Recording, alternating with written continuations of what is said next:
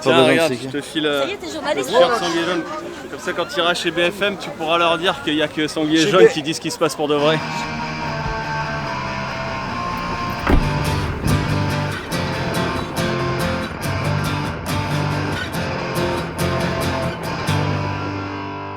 Pour cet acte 15, je suis sur Rennes. Je rencontre et j'en profite pour causer avec Maxime Nicole, qui m'accorde un scoop sans la casquette. Ce serait quoi pour toi un point commun entre tous ces gilets jaunes aujourd'hui? Le point commun, moi je dis toujours, depuis le début on a récupéré la fraternité. On l'avait perdu, comme la liberté et l'égalité, et on a au moins récupéré la fraternité pour l'instant. Après il nous reste la liberté et l'égalité à récupérer. Ouais. Il y a des lacrymos sur la route. Ouais, quelques lacrymos et des coups de matraque. Ta visite en Italie, ça a été utile? Ça a été utile dans le sens où ça a permis de montrer la répression en France, parce qu'ils ont quand même fermé les frontières. Donc dans l'espace Schengen, c'est interdit de remettre des frontières pour l'instant. Ça a servi à voir aussi qu'en dehors de la France, il y a des pays qui ont les mêmes revendications que nous. On a parlé avec des gilets jaunes italiens sur place, à 99% c'est les mêmes choses. Après ils ont des... Ça les inspire?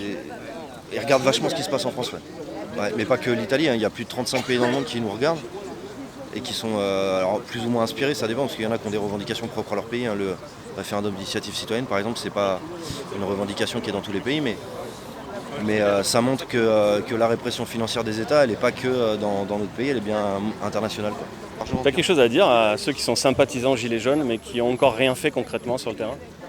Je pense que là, si tu regardes tout ce qui va se passer cette année, en augmentation, en loi liberticide, il y a de plus en plus de gens qui feront des actions, pas forcément en manifestant sur le terrain, mais qui boycotteront, qui se rapprocheront, qui feront du circuit court, qui arrêteront de...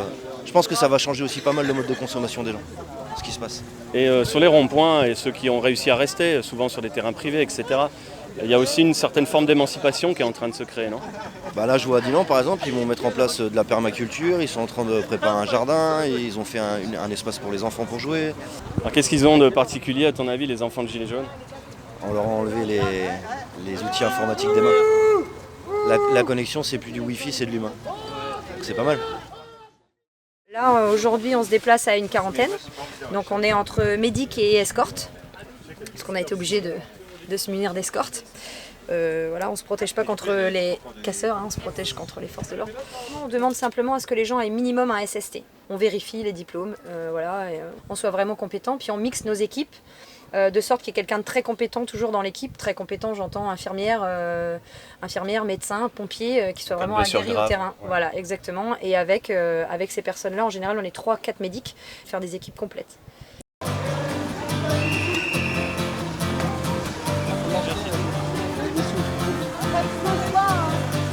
Et on n'oublie pas ce que vous avez fait quand il y a eu les attentats. Voilà.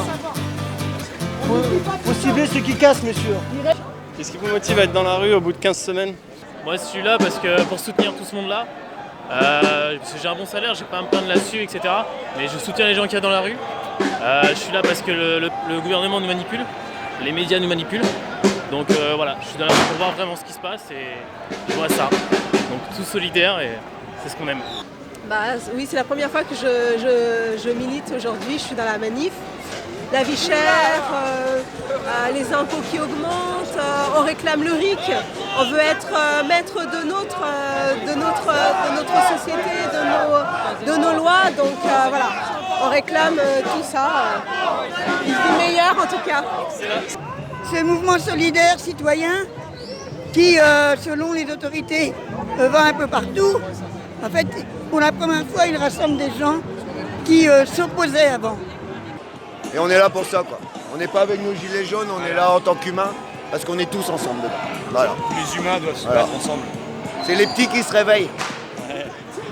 Y compris peut-être des gens avec qui politiquement vous n'étiez pas d'accord, vous n'êtes pas d'accord, mais oui, exactement. Le temps de la lutte. C'est exactement ce qui est en train de se passer, c'est qu'on met nos différences différents de côté. Voilà, et on réglera ça après. On a plus important à régler tous ensemble. Et c'est ça qui va se passer. On est là pour ça. Je veux surtout en fait que c'est important que là il y a le RIC qui se fasse, c'est surtout le principal. Et puis démission du tout gouvernement et qu'on revote en fait carrément l'Assemblée. C'est possible en restant dans l'Europe? Non, impossible. Que le RIC c'est juste impossible sans le Frexit en fait. Il faut passer par le Frexit, il n'y a pas le choix en fait. Sinon, de toute façon, c'est l'Europe qui décide de tout. Donc le gouvernement français, il aura beau décider des choses. La loi El Khomri, la loi travail, la loi ceci, la loi cela, tout ça, c'est des directives européennes. La privatisation de tous les services publics en France, c'est une directive européenne. L'allongement les cotisations pour avoir une retraite à 67 ans, c'est une directive européenne. Il faut qu'on arrête de cacher les lois sous un autre nom. Le vrai nom, c'est directive européenne, c'est tout. Et pourtant, sortir de l'Europe, ça fait peur à beaucoup de gens. Beaucoup de gens qui ont peur de la guerre, qui ont peur que... Ouais, mais l'Europe, c'est justement l'Europe qui crée la guerre, en fait, quoi. Qui crée la guerre, quoi, pour créer des mouvements de population et pour que les populations arrivent jusqu'en Europe et pour baisser le niveau de vie général global des populations, quoi. Pour baisser les salaires, pour créer de l'esclavage moderne, en fait, quoi. Donc c'est tout ça, en fait, quoi. Bon, c'est quoi qu'il faut que je dise? Est-ce que tu veux? Pourquoi t'es là? Les médias c'est nul, sanglier jaune c'est mortel. Je dis ce que je veux. On fait ça. Si on tourne dans le centre, les flics ils sont à toutes les ruelles. Et ça va être le conflit à chaque ruelle. C'est pas intéressant, on n'est pas des sacs de boxe. On va pas bouffer du gaz toute la journée les gars. Et surtout de ne pas rester devant les CRS et aller chercher le conflit, absolument quoi. Ce qui n'est pas intéressant pour moi. Dans un premier temps, en tout cas, je ne crois pas qu'on soit là pour ça quoi. Donc pour moi, c'était surtout de repartir vers là, quitte à quitter le centre-ville, mais au moins ça nous permet de rester tous ensemble et de se faire entendre. Et de tenir un vrai cortège. Voilà. Pour éviter les violences, éviter... Là pour moi de rester là, c'est rester spectateur et c'est continuer à attendre qu'on se fasse gazer quoi. C'est servir de cible et de sac de boxe comme d'habitude quoi. Sauf qu'on n'est pas là pour ça quoi. Voilà, on doit pouvoir circuler, manifester où on souhaite en tant que Français. Et, personnellement, j'estime que mon droit de manifester et d'expression est bafoué et je le regrette profondément. Leur devise, protéger et servir, pas massacrer et détruire. Fais gaffe du coup derrière toi. On y va. Il y a la démocratie qui arrive là. Tu leur dis que c'est de la poivrée. C'est de la poivrée. C'est le prix à payer, c'est le prix de la liberté. Il y a la démocratie qui marche derrière moi là. Franchement, elle me suit d'un peu trop près là. Ah, ça, je crois que c'était un 49.3. Alors, t'as vu, le RIC, ça pique. Ouais, ça pique. Vous pensez qu'il y a des provocations de la part des Gilets jaunes quand même? Non, je pense pas, non. Peut-être non, ça. les Gilets jaunes, vous les regardez, ils ont l'âge de la retraite. Hein. Eux, ils ont bossé toute leur vie. Non, on les voit bien de toute façon. On voit bien, on sait bien qui c'est. Tout le monde sait qui c'est. Là, ça casse, voilà. Bon, voilà. Là, effectivement, il y a de la casse. Là, on voit clairement un petit groupe de casseurs qui n'a rien à voir avec les Gilets jaunes. La vie d'un commerçant, là, vous venez de voir des casseurs de 14 ans casser une vitrine à côté et la police qui fait rien. On veut casser, on va dire, le mouvement, la sécurité. On veut toucher à l'ordre public, tout simplement. Hein. C'est pas les Gilets jaunes qui veulent faire ça. Enfin, non, c'est pas du tout les Gilets jaunes. Non, ça n'a absolument rien à voir. Complètement, on est bien d'accord. En tout cas, il est clair que le gouvernement peut réellement, s'il veut, apaiser les choses. Mais on a vraiment l'impression qu'il y a une volonté de laisser faire.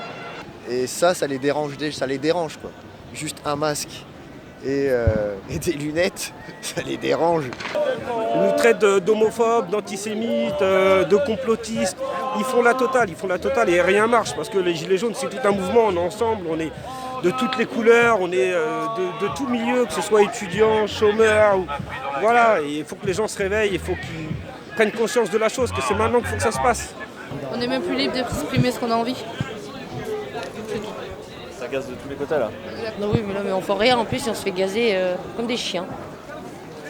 C'est devenu n'importe quoi. Vous avez un peu de boulot aujourd'hui là, non? C'est pourquoi? Médias indépendants, n'aie pas peur. Ouais, un peu, beaucoup de flashballs les enculés. Beaucoup de flashballs. J'ai remarqué une chose sur cette manif, c'est que lorsqu'on passe son après-midi à essayer de se frayer un chemin autour des lacrymos, on passe beaucoup moins de temps à discuter entre nous et à réfléchir. Je me demande bien à qui ça pourrait servir. Les vrais casseurs sont en costard et ils nous dominent malheureusement. Avec le mouvement des Gilets jaunes, on s'éduque mais à vitesse grand V. Ce qui est menacé aujourd'hui, c'est notre liberté d'expression. Et ça, on est tous concernés. On a demandé le RIC par exemple. On a demandé le référendum d'initiative citoyenne, apparemment ça a été refusé. La course au profit, au prix de nos vies, c'est bon, on l'a tous compris. Ah, t'as un bon flow là. De plus en plus de gens ont enfin compris que les médias détiennent l'une des clés pour tenir notre pays. Ma chaîne Sanglier Jaune vient d'atteindre les 1000 abonnés en 1 mois et demi d'existence et nous vous en remercions. Alors à ton avis Maxime, comment est-ce qu'on va y arriver? J'ai entendu quelqu'un qui m'a dit un truc et j'aime beaucoup, c'est de la racine par la racine. Faisons en sorte que nos médias deviennent jaunes.